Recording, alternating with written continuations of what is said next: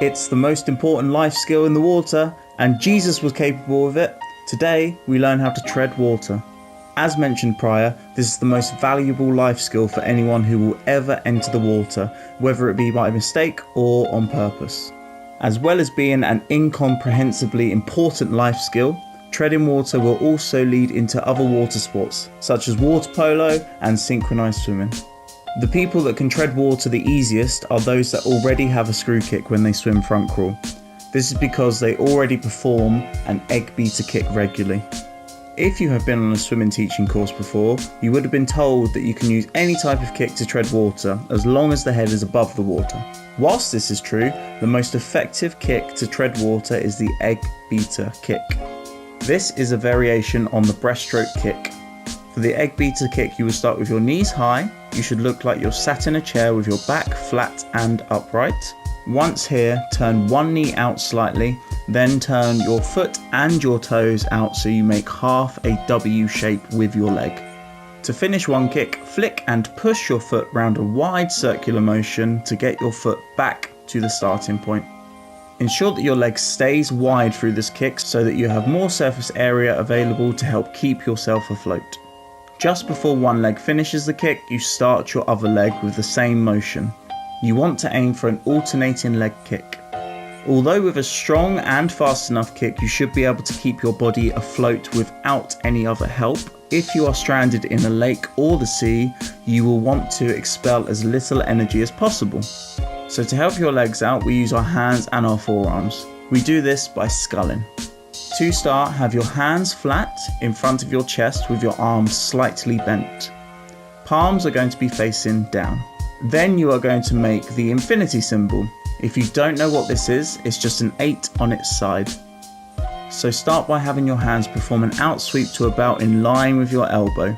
Make sure that your hands turn slightly in the direction that you are moving them. This is so that you catch the water and push it down so that you can stay afloat. Then to finish the sculling motion, both hands will in sweep so that they go back to the starting position. Again, your hands need to pitch towards the direction that you are moving them. Teaching the egg beater kick is a difficult task as you have to get the pupil to perform an obscure movement with their leg and to also perform an alternating kick with that movement.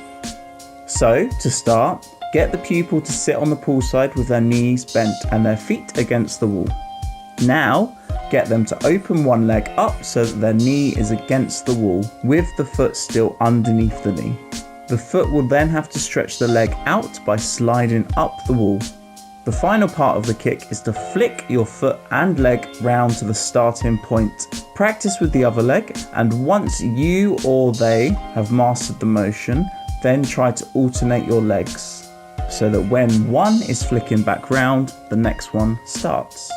Once you or they have got the hang of this on the side of the pool, then it's time to walk on water. Well, tread on water. When in the water without support, it is obviously much harder to perform the motion slowly so that you get the technique right. So, depending on the ability of the swimmer, they will need different types of supports. For stage 1s and stage 2s, it is best to give them a woggle to sit on. This is so that they don't have to concentrate on holding on to anything. For stage 3s upwards, get them to hold on to 2 pool buoys, one in each hand with their arms at a right angle.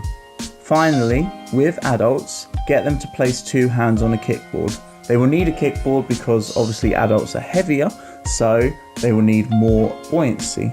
Where the kickboard has a bigger surface area, it will give them the buoyancy needed. When you feel comfortable with the leg kick, take the aid away. When doing this with lower stages, ensure that you are there to catch them if need be. In order to teach the sculling motion, you can just do some sculling.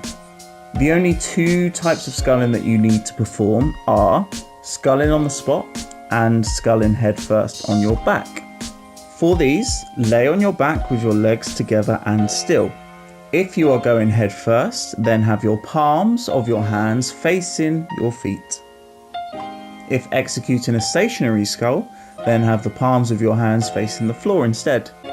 As mentioned before, the sculling action is in the shape of the infinity sign. If you have got younger children, you can just tell them to give the pool floor a big wave. As with the egg beater kick, you can just use the sculling motion to keep your head above the water. Use this if your legs start to tire. Alternative methods can be used to tread water. However, these don't keep you as stable in the water as the egg beater kick will. Front crawl kick. This one is how most people try to tread water. The reason why front crawl kick is harder to tread water with is because you don't have as much surface area as you do the kick. Where your body is in a straight line, you will automatically start to sink, so you will be fighting a losing battle when it comes to kicking. This in turn will cause you to expel more energy than you would like to in order to try and keep your head out of the water. This will finally end up with you starting to sink gradually, as your legs will start to tire and you won't have that surface area in order to keep your body afloat efficiently. Breaststroke kick. This is for those that have attempted the egg beater kick before but haven't quite got the knack of it yet. Breaststroke kick is a much better kick to perform than front crawl kick, as it means that you still have that surface area required. However, where your kick isn't alternating, you will start to bob up and down due to having power, then having no power.